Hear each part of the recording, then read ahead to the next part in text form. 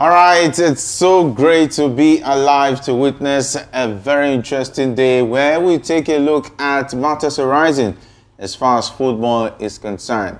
And of course, yesterday on Locker Room, it was all fireworks and it was a blockbuster episode. But today promises to be more interesting as we have loads and loads of action for you as far as the UEFA Champions League is concerned. The final pairings is done and dusted.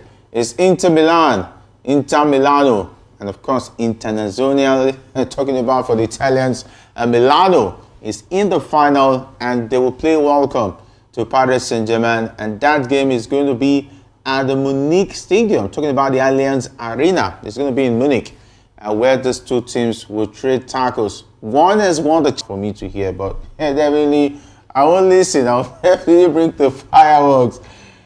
Ikechukwu predicted an Arsenal final, an Arsenal victory, and of course, the conclave has started in the Vatican City. The Pope has gone. He said that when the Pope dies, an English team wins the Premier League, the Champions League. But what happened? Anyway, Arsenal always defied odds. That is what Arsenal does to you. And there was a point in time you were sharing titles. You said Liverpool will win the Carabao Cup. Yes. Arsenal will win the league. Later you switched. Arsenal will win the Champions League. Liverpool will manage the Premier League. PGMOL will give Liverpool the Premier League. You said Man U is going to win Europa League. Okay, maybe that one is still on. And the Conference League, have you shared it yet? You've not shared the FA Cup. Ikechukwu, what happened last night? And we were asking the Ikechukwu behind the scene. Let me ask you too. What happened last night? Well, Jerry, good evening. Good evening to our viewers. Jerry, it's football. Football happened. Oh, really? Yes. Really? The best team won. Paris Saint-Germain actually. Well, that's not what Arteta said. Arteta said the best team lost. Well, that's his opinion. But Arsenal actually gave their all. They gave their best in that particular game. The game would have changed if Arsenal had gotten that early goal they actually looked for. Donnarumma was so superb in the first 15 minutes of that game. And of course, Paris Saint-Germain got back into the art and controlled the game till the end of the game. And of course, Bukayo Saka also missed a very, very crucial goal. And if he had scored that, we would have perhaps be having a different conversation because that game would have gone into extra time. And at that point, Paris Saint-Germain looked tired and they've actually changed their shape at that point. So again, like I said, football happened and Arsenal actually lost last night. So there's really nothing big to talk about. Arsenal is please come on, don't downplay it. Don't downplay it. I think that would be offensive to say that the Champions League semi-final loss of Arsenal should be downplayed. I'm not saying there's nothing to it. There's a lot to it. This was a team that went all about and started predicting on how they'll play Barcelona in the final, how they were going to win it, that this is their time, and so on and so forth. You even came here and started giving predictions and you became a prophet of doom all overnight. I really, there's nothing to it. Mr. Wa, please, don't even start. Because by the time you start that opinion, I think you will find time to finish it. But I will not let you finish it. But anyway, Mayowa will get to join us virtually. And of course, he also predicted an Arsenal. He predicted an Arsenal-Inter final. Anyway, I was able to get it right this time. Inter PSG final, and of course 2-2. I think maybe I should recommend myself for prophecy job because since Ikechukwu has been failing as a prophet, maybe I will try. So I'm not going to be a prophet. I will try if I can get predictions the right. Arsenal Madrid game. Yes. You didn't give me a handshake for that. Handshake for what?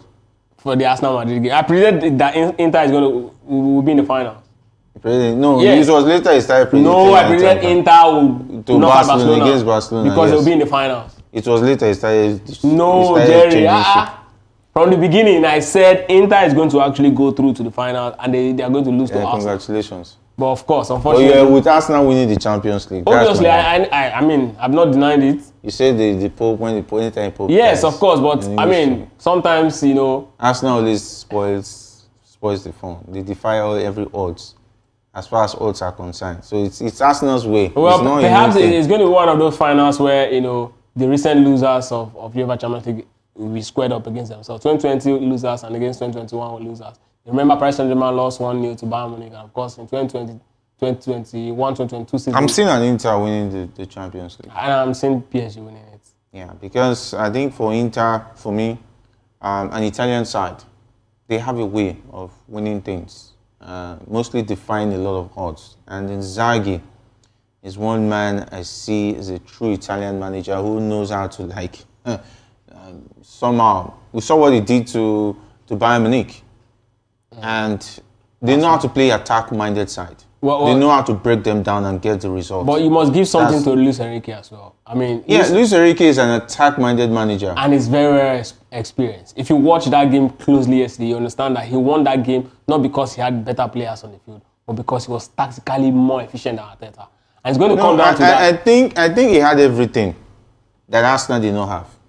He had experience as a coach. He had the players who could execute what he wanted to do. I think the players are almost at par in terms of their level. Maybe perhaps only... No, maybe you only... No, I think that would be unfair to that PSG team. From the goalkeeping to the defense, yes, they had a lot of things that Arsenal team didn't have. They have Dembele, for instance. That's what I'm saying. Kvaratskhelia, the likes of Mendes. If I start listing those players head to head against this Arsenal team. Apart from Dembele, Donnarumma, of course, is Donnarumma is top there. It's up there when it comes to goalkeepers. So of course, like I always say, goalkeepers. Before you talk about goalkeepers, and you'll be unfair to Marquinhos as well. That's the only name. That's the only when it comes to defense. I'm calling. See, Jerry, when it comes to exposure at this stage, right? If you take away Dembele and Marquinhos, right, in that PSG side, the remaining of these players in PSG setup, right, they are not more exposed than this Arsenal setup. What about Vitinha? Vitinha has been there. He's been knocking on the doors back to back. I think that's disrespect to Vitinha as well. Vitinha has been part of this PSG side for it was there even when the Messi and the likes were knocking on this Champions League. Jerry. Yeah, whether he has been there or not, we are talking about being in command of. See, Jerry. You said exposure. That is why I had to knock it in. At this level, as Vitinha. Vitinha has played Champions League final before. We are not talking about whether you've played it this or not. This Arsenal side has never smelled Champions League final. Jerry, understand what I'm saying? What do you mean by exposure? Like, for example, Marquinhos, for example, or Dembele. Dembele has never played the UEFA Champions League final. In comparison, what we are doing, let's get it right. What we are doing now, let's not deflect. What we are doing, we're talking about the exposure of the PSG side in comparison to the Arsenal side. Then I'm telling you that it's disrespect to Vitinha to say he's no more exposed than this Arsenal side when it comes to the Champions League. We'll bring him with his peer in that Arsenal team. Vitinha and Thomas Partey. Thomas Partey has never played Champions League final. It does not matter. Has Dembele played the UEFA Champions League final before? No. It matters. Dembele, has he played the UEFA Champions League final? I think so. No. With Barcelona? No. Barcelona didn't get to the final. During this time? Yes, now. I think with this PSG side, was he part of the final, the team that lost? Who? I can't remember. Dembele. No, Dembele just joined last season. What I'm saying is this. Okay. What I'm saying is this. It's not about that. It's about how important you've been in the team setup. We know Thomas Partey has been a very crucial player for Atletico Madrid, right? So if you bring him... The time was with Atletico Madrid, I think it was just 2 seasons that Atletico Madrid was just not really there, but they didn't even get to that far as the final during Partey's time with Atletico Madrid. So you cannot say that there was some exposure that makes him different apart with the PSG side. Jerry, what we are saying is this. I'm trying to look at the exposure of both sides. That's what I'm saying. If you look at Thomas Partey, right? Thomas Partey is the reason why Rodri actually left Atletico Madrid, because his presence, Rodri's value was not really seen because of Thomas Partey. So at that point, right, he was a crucial player, and of course we know Atletico Madrid is still very much the third biggest team in Spain in the last 10 years. Now, if you look at a man who has been a crucial part of that team, call it 2 seasons, call it 3 seasons, call it 4 seasons, and now bring him in the same contest with a man who was barely seen until now in PSG. Come on, man. This is his best season. This is the first time the world is talking about the player Vitinha. We know Vitinha has always been part of PSG team. But you will not say he's bigger or he's more exposed than Partey. You can't say that now. Really? Yes, you can't. Okay, let's say for Partey. Who else? So now let's look at the next one. Neves, Ruben Neves, the young lad in the middle of the park, and Declan Rice. You can't say he's more exposed than Declan Rice. Declan Rice led, West Ham to a European Championship. When was the championship? Is it Conference League you're talking about? The Europa League. They won the Europa League last season. They won the Europa League. Yes. With West Ham. With West Ham. How many Europa League has West Ham played with Declan Rice? Just one season. The fact is this. Just one season. No, Jerry. The fact is this. We bring in Ruben Neves. Ruben Neves is not bigger than Declan Rice. It's not. Oh really? He's not now. You think?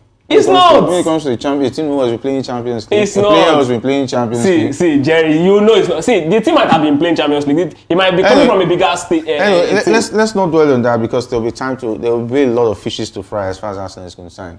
And Mariwa, it's great to have you join us on Locker Room. We're just talking about anyway. Ikechukwu knows how to drive it back to where it will be comfortable. Anyway, that's what a boxer does. When you're punching them, they'll find a corner that they can wriggle out. But this one, you won't make it out. Definitely, I will make sure that I sting like a bee, fly like a butterfly, Muhammad Ali style. So he's not going to escape it. Mariwa, it's great to have you join us. Well, it's always amazing to be here, and it's a good one that you are in company of those that are in Europe. Although Liverpool is out of Europe, you are in company of Manchester United supporters that are in. I'll prefer to be out of Europe because I don't want to be in Europa League. If it's Europa League, is the Europe you are talking about. Please, let's leave secondary school, European League football. Let's talk about senior men. I excuse myself from that kind of Europe. Thank you very much. Go ahead. But in any case, it's always to be here. PSG sealing their place in the final, outclassing Arteta yesterday. Shows experience. Experience do matter. Luis Enrique experience came to bear yesterday. Arsenal do not have the answers to what PSG. Arsenal do not have answers to what PSG was dishing. But in any case, it's always amazing to be here. It's another good Thursday to talk football. Thank you for having me, Jerry. All right, let's kick it off from Victor Osimhen's story, where the man has been in the news, and Fenerbahce president Ali Koç believes that Victor Osimhen is too big for the Turkish Super League and should play in a stronger league. Osimhen is currently on loan at Galatasaray, where he has scored 33 goals across all competitions, and Galatasaray wants to make the move permanent, but Koç thinks that Osimhen's talent warrants a bigger stage. And of course, in all fairness, I think the man is being fair to himself, telling himself the truth that Osimhen definitely is too big to be playing the Turkish league. And of course, he has given them the best he can, playing one season with them. And I think, with all due respect, should allow the man go to a bigger club where they'll be able to pay his wages and, of course, give him the big stage to really shine. Absolutely. We're having this conversation, I think about 3 weeks ago, we were talking about Osimhen's, possibility of him staying in Turkey and, how it's going to actually affect his career and all of that. When we're talking about, okay, perhaps if there's a project of, that will include bringing top players that would, help him, bring out the best in him. Maybe from there, he can actually help them perhaps get to a Champions League semi-final, or even help him get a notch upper in the Ballon d'Or ranking, where he actually finished, on the number 80 the last time he actually was there. But then, right, this man was, his statement was spot on. If Osimhen is, I don't know who are in a close circle with Osimhen, who advised him, but I think this is the point where you have to look back and say, you know what, right, this man really understands what it means to, be a top player. This man understands, what, I actually have. This man see through me and see the value of the talent I have. Trust me, Turkish league is actually not at the level where he should be playing at this point. He should go a stage further. And the good thing about this is that the relationship is established with these guys. Definitely, if he wants to retire, it can always come back. We saw Didier Drogba when he actually left Chelsea, he joined Fenerbahce. He did all he did with them, and of course, this is the level. At that point, it's easy for you to actually say goodbye because you're almost done, but not at this stage of your career. This is very much the peak of his career. He should not be playing in a league that is less competitive than the Italian Serie A. He should at least move to either the La Liga or the English Premier League. That's exactly what he's saying. And I think that's the best advice. But the issue will always remain money. Now, the question we should be asking ourselves is, should he actually, take a pay cut to play in a bigger stage, or should he actually find a way to stay here and then, earn more? But the big question we should also ask, money against legacy.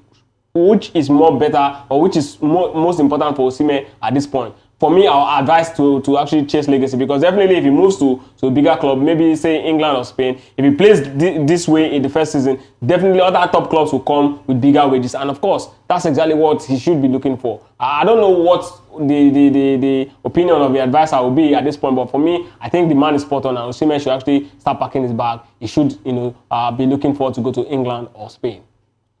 All right, Maiwa, there you have it. The manager of the side saying that Osimhen is too big to be playing the Turkish league. He should be left to play at the bigger stage. Definitely. I mean, it's very correct. Earlier when the news broke that Osimhen was going to Turkey, we said it on this particular show that he was just going there just so that he can play active football. Because if he had stayed in Napoli, his stock would have dropped. And I'm very glad that he actually made the low move to Galatasaray, to Turkey. He has been able to prove how important he is and how deadly he is in front of goal. He has been able to show the kind of quality he possesses, and that's the reason why there has been a whole lot of talks as regards clubs being interested in him. And Ikechukwu rightly said something. Before the move to Turkey, the news broke that he wanted to go to Saudi Arabia, and even myself, I was of the opinion that he should go to Saudi Arabia. That will money here. But thinking through and seeing what he has done in the past 4-5 months, I think it would be nice if he chases legacy. I don't think it would be out of place if we have another African after George Weah winning the world best, because if he plays for a bigger club, for a club that has much more pedigree than the likes of Galatasaray in a bigger league, with a bigger club, I think with the form he is right now, I think he should be pushing for Ballon d'Or. So we'll not support him, cutting his wages just to get a bigger. His quality deserves, a bigger and not, a slashing wage. He has been able to do so well for himself in Galatasaray. I think any big club that will have him will be so lucky to have him. I'm waiting to see where we'll play for next season. I just hope, a bigger club with a reasonable contract comes for him such that he'll be able to move out of Turkey. All right, let's see how that pans out as far as the man is concerned. And let's talk about the big one, the reason why we are here. Talking about PSG, the side, PSG has advanced to the Champions League final after defeating Arsenal 2-1 in the second leg of their semi-final, making the aggregate score 3-1. Arsenal legend Thierry Henry believes that PSG deserved their spot in the final, praising their performance over the two legs. And PSG's Fabian Ruiz and Achraf Hakimi, who was the man of the match, scored the goals, while David Raya saved the penalty from Vitinha. Despite the loss, Arsenal manager Mikel Arteta is optimistic about the team's future, believing they were the best in the Champions League this season. Arteta praised his players for their resilience in the face of numerous injuries and acknowledged PSG's goalkeeper Gianluigi Donnarumma's outstanding performance. He felt Arsenal created more scoring opportunities but couldn't capitalize on them. Let's visit the word, the statement where Mikel Arteta says that his team was the best team in the Champions League this season. Ikechukwu. Well, I don't know how or the context to place this, but then I think through what Arteta might be thinking is the fact that they actually knocked out the defending champion, which is Real Madrid. So they did that over two legs comfortably. So on that premise, yes, they actually right up there as one of the best teams in England. Of course, looking at the top four, one of the best team in England or the best team in the Champions League this season. So far, so good.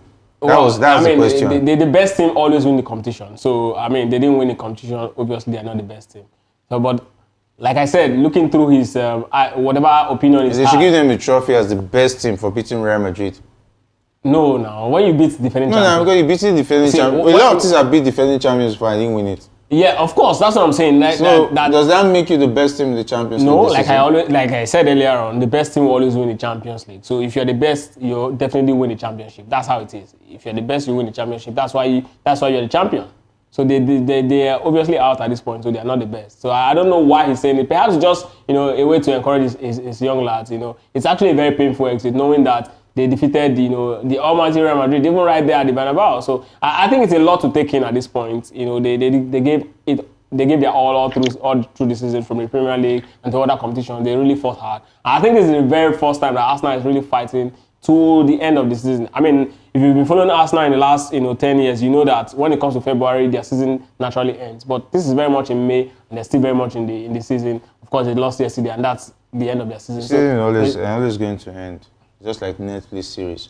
Mayowa, how do you say your team is the best team in the Champions League and you got knocked out over 2 legs? We were beaten by PSG, who are now in the final. How do you comprehend that? Well, you will not blame Arteta. I think Arteta is just joking. But kudos to PSG. Oh, joking. They knocked out 3 English teams in a row. They knocked out 3 English teams: Liverpool, Aston Villa, then Arsenal. Consecutively, it shows the kind of quality they have. That being said, I think Arteta is a joker. And the reason is this. The same situation that has plagued Arsenal in the past 4 seasons is plaguing them again. And that is the reason why I said Arteta is a joker. Arteta had the job for over 4 years now. This will be his 5th year. And the same thing continues to happen. At the tail end of the season, they are always, they are always tired out. They are always not performing. They always lose it at the tail end of the season. It has been happening consecutively. I think 2 years ago, if I'm not mistaken, they were in about three or 4 competitions. They were aiming for about 3 competitions, and the rest of that. What happened at the end of the day? They ended up losing out in all those competitions. The same thing has happened again this season. And it is not about the Champions League alone. It is even about the league. If you look at when Arsenal usually capitulate, it's always at the tail end of the season. Starting from February, that's when the poor performance sets in. Yes, this time it was a bit different. They were able to push a bit ahead in the Champions League. But if you look at the pattern has not changed. And this has been this coming from a coach that has refused to do something about the same pattern, about something that's been happening, consecutively. What has killed Arsenal this season is because they lack depth. And for the last 3 seasons that they are coming close in quotes now, it is because they lack depth. Arteta, if he was to be a reasonable coach that knows what he's doing, he should have been able to address that issue for 3 years. He has not been able to address that same issue has come again to bite them, and that's the reason why they are going home trophyless again. If if Arteta does not change his style, he will continue to come close for the next 10 years, and he will not win anything. He needs to do better. And I don't think he's giving a fair assessment to the performance of Arsenal based on the statement he made. Yeah, let's take a look at Arsenal. Yeah, we saw an Arsenal side who defeated Real Madrid over 2 legs. And we expect them to do that against PSG. I think it won't be unfair to this Arsenal side. They're still a great side, but they made a team who had more than what Arsenal had in terms of the character. And the experience of the coach also really matter. Because Arteta, when it comes to the Champions League, you must say it for a fact that Mikel Arteta is still a baby when it comes to the likes of Luis Enrique, who has tested even defeat from a situation where he was supposed to win. Let's not forget, he was part of that side. Was it the side that lost to Bayern Munich? I can't remember right now. No, the Barcelona side? Yeah. No, was it the lost? Was it the team that lost to Liverpool? I can't remember right now. It wasn't. Yeah. He won the UEFA Champions League in 2015. Yeah. And so that's after the Champions League he left.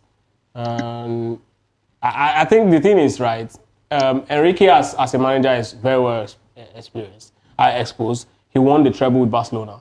He won the league, won everything, and then he left that Barcelona team. The thing with, the difference with Arteta is so huge. 2015 to 2025, that's 10 years. And as at that time, Arteta is still very much a footballer. And Enrique hasn't won anything since that time. Let's be factual. Yes, of course. So he has tasted defeat even on several occasions. Of course, he has tasted defeat. I remember when he joined, this Paris Saint-Germain side, a lot of persons were talking about, how terrible the team was.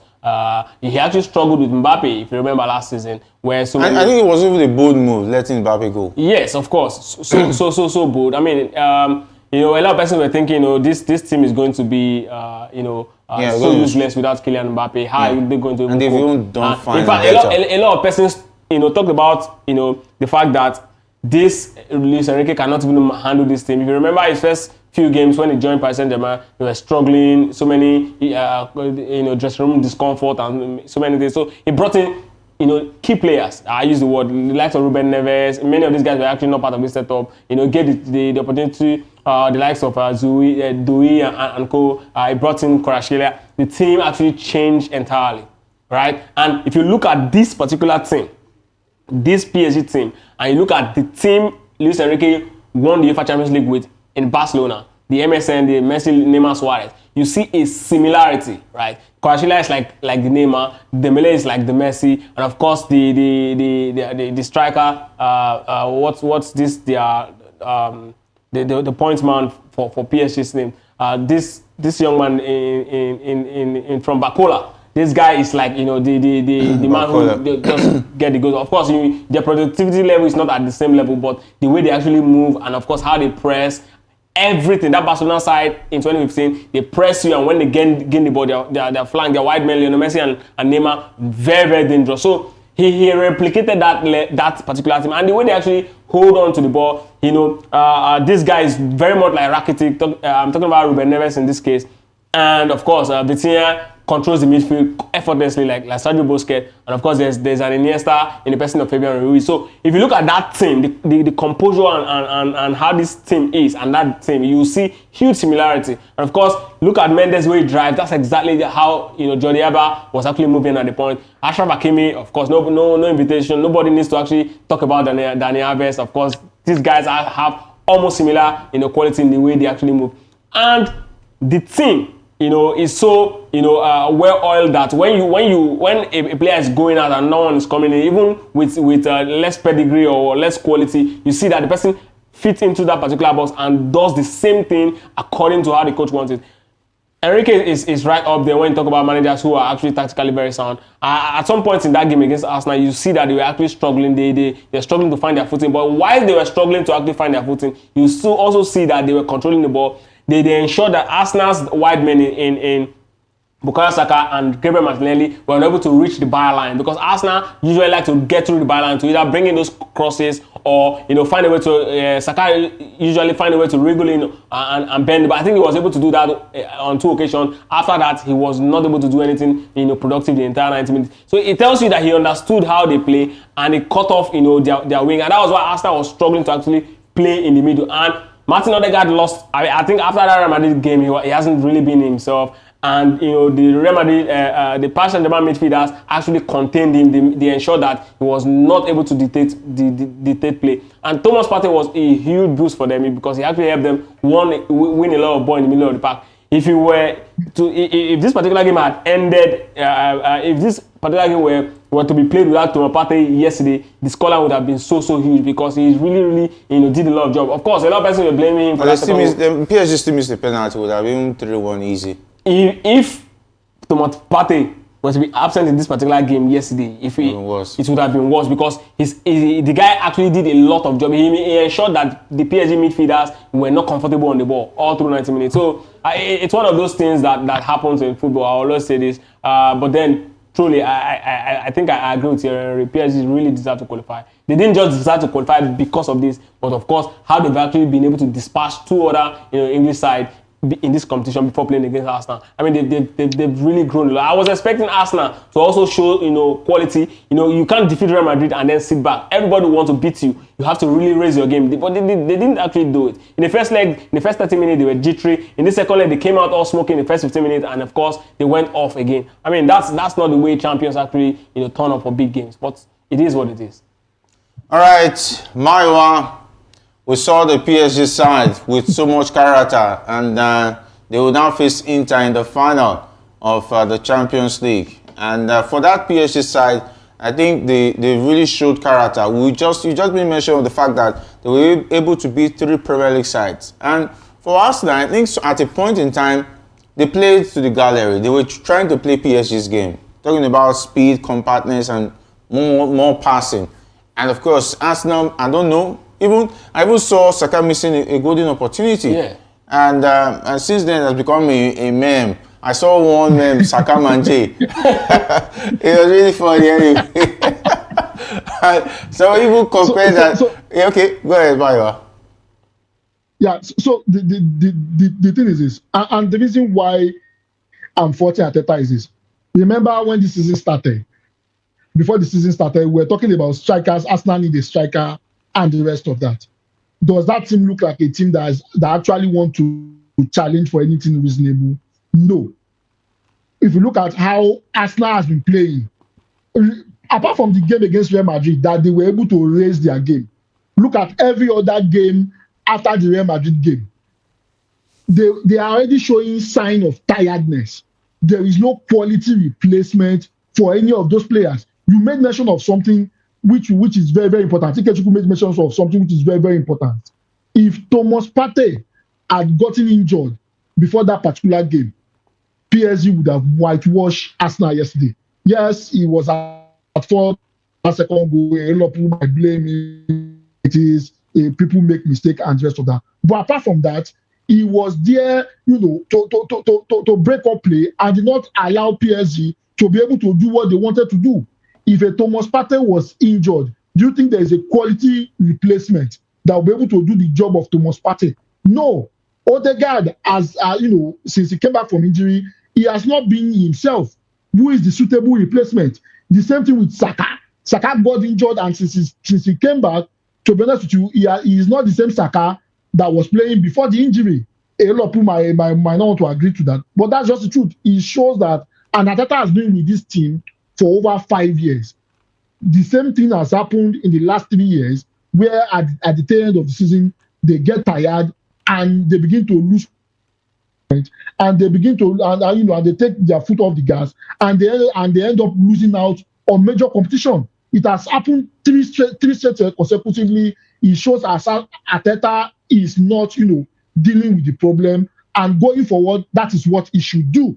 So, apart from the quality of PSG, I think Arsenal needs to address their own issue of depth. Now, come to the PSG team. Donnarumma has been very, very fantastic. We might talk about Vitinha from now to tomorrow. We might talk about how Kvaratskhelia has been doing in front of goal. We might mention Bakola. We might mention Achraf Hakimi and a whole lot of other players. However, the contribution of Donnarumma got them to where they are. Remember their game against Liverpool. The 2 legs, it was Donnarumma that ensured that they survived in that particular game. Against Aston Villa too, it was the same Donnarumma that ensured that they survived in that particular game. Against Arsenal, they created some chances and Donnarumma was there to pull out the save. If PSG ends up winning this particular Champions League, yes, Luis Enrique is a fantastic coach. He has done so well, but it took him 10 years to get to the final of another Champions League. It shows the importance of Donnarumma contributing immensely to ensuring that PSG got to the final. To be honest with you, if anybody will get man of the tournament for that PSG team, I think it's Donnarumma. All right, and of course, someone that's saying maybe he should be going for the Ballon d'Or as well. Anyway, they said time will tell. They have to win the Champions League final first. Then we can start talking about contenders for the Ballon d'Or. We'll take a listen from Mikel Arteta and, of course, his reaction, which we'll be talking about after this game, saying that the best team lost.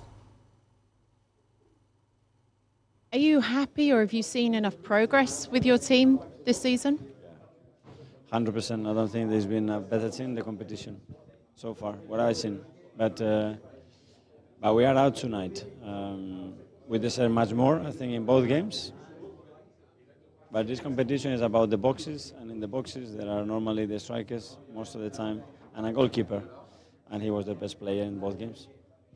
Ultimately, what do you want to do over the summer to make changes or add to get further? I'm so proud of the boys, and what they deserve a lot of credit for what they're doing in the context and the situation, and with the amount of injuries. We have arrived here probably in the worst state that you can arrive as a team. You have to get here with everybody fit, available, with a lot of minutes, with rest, like they had a week.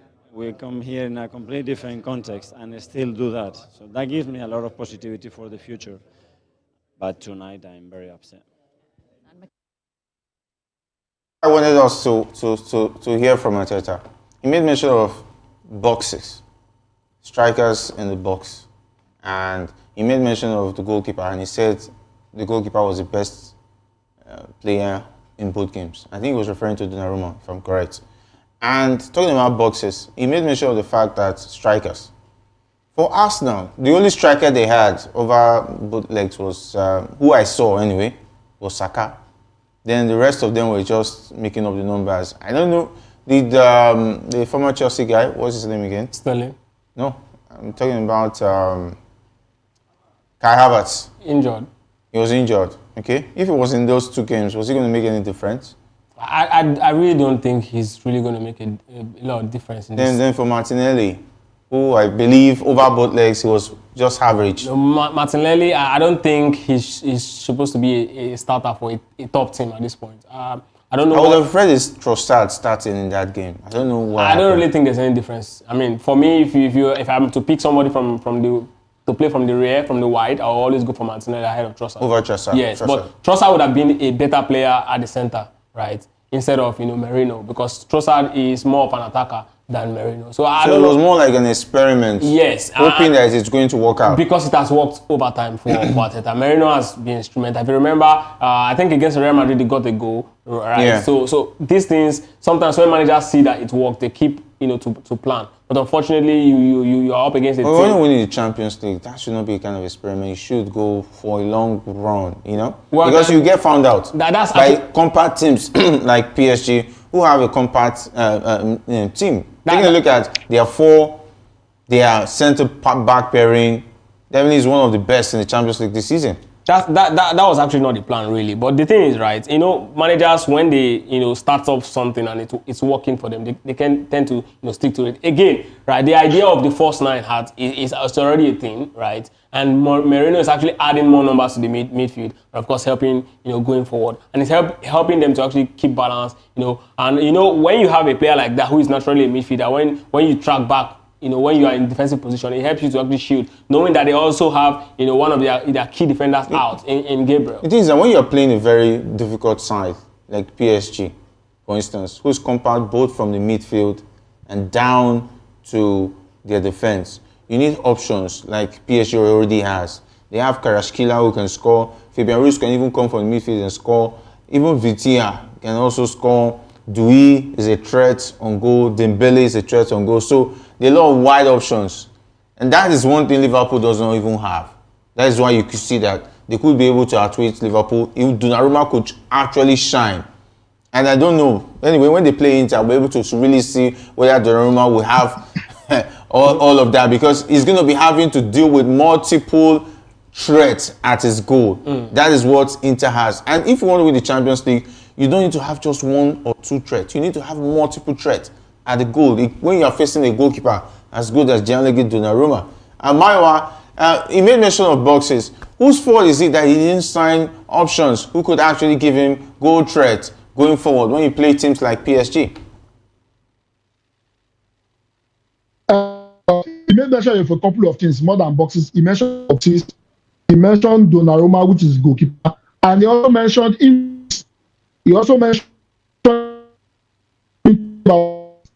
this season with Victor Osimhen, sign Victor Osimhen. Don't let him go to Turkey. You need a striker that can deliver for you.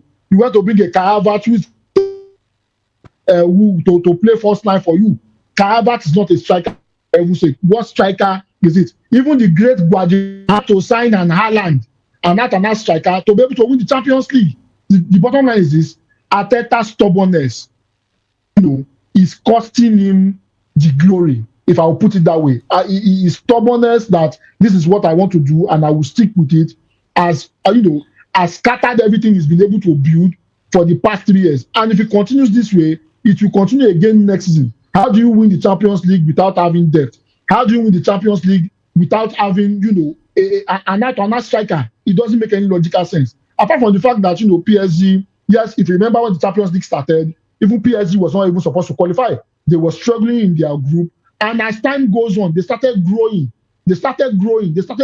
Even with Ousmane Dembele out, they were still able to play very well against an Arsenal team.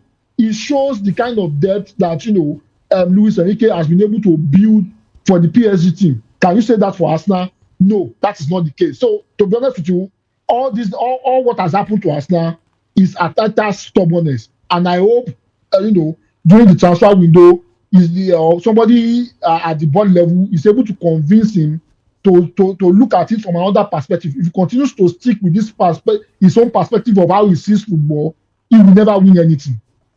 All right, the same time definitely will tell. And of course, PSG also is a club side that knows how to spend money and support their managers in comparison. Arsenal of recent, under Mikel Arteta, they've been giving him money too to spend in buying players. Buying Declan Rice for over £100 million. It was a statement, even bringing the likes of Odegaard, and to some point Thomas Partey, even Kai Havertz being brought in. And I don't know if Raheem Sterling still with them. Very much. Okay, and he was not used over both legs. Anyway, let's not even go to that joker right now. Anyway, talking about, to even buttress your point, PSG goalkeeper Gianluigi Donnarumma believes the team has improved since Kylian Mbappe's departure to Real Madrid. And Donnarumma attributed the team's success to their unity and teamwork. PSG recently booked a spot in the Champions League final after defeating Arsenal by 2-1. We'll not dwell on that, but let's talk about the Europa League. And of course, it looks like Manchester United manager Ruben Amorim believes his team will face a tough challenge in the Europa League semi-final. Second leg against Atletico Bilbao, despite their 3-0 first leg win. I think he's just trying to be modest because the Williams brothers will not be playing tonight. So it's already a win situation for Manchester United. And of course, with the referee on their side and of course ready to give red card to whoever is willing to take it. I think it's all done and dusted. I think Manchester United should just prepare for the final. What do you want me to say? Yeah. I should join you. So but just the point now. But the Williams brothers are not playing. So what else? No growth threat anymore. You are saying referee already give. Yeah, the referee is already willing, ready, ever ready to give anybody card if you are playing against Manchester United. So why congratulations in advance. I mean, see, if anybody will talk about referee, and I'm not one that usually backs Ikechukwu. If anyone will talk about referee, you should not be coming from a Liverpool fan.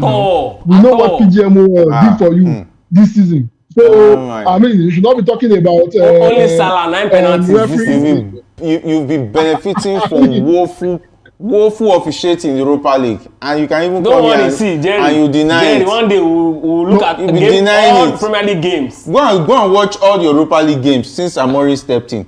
Even before Amorim stepped in, go and watch all the officiating. See, the funny thing is this, Jerry. The funny thing is this: United I feel for Atletico Bilbao. Before the arrival of Ruben Amorim, United has won the UEFA Champions League and the Europa League before. Which year? We won the Europa League with Jose Mourinho. When last did we win the Champions League? Wait, what I'm saying is this. What I'm saying is simple. That was Alex Ferguson time, right? What I'm saying is simple, Jerry.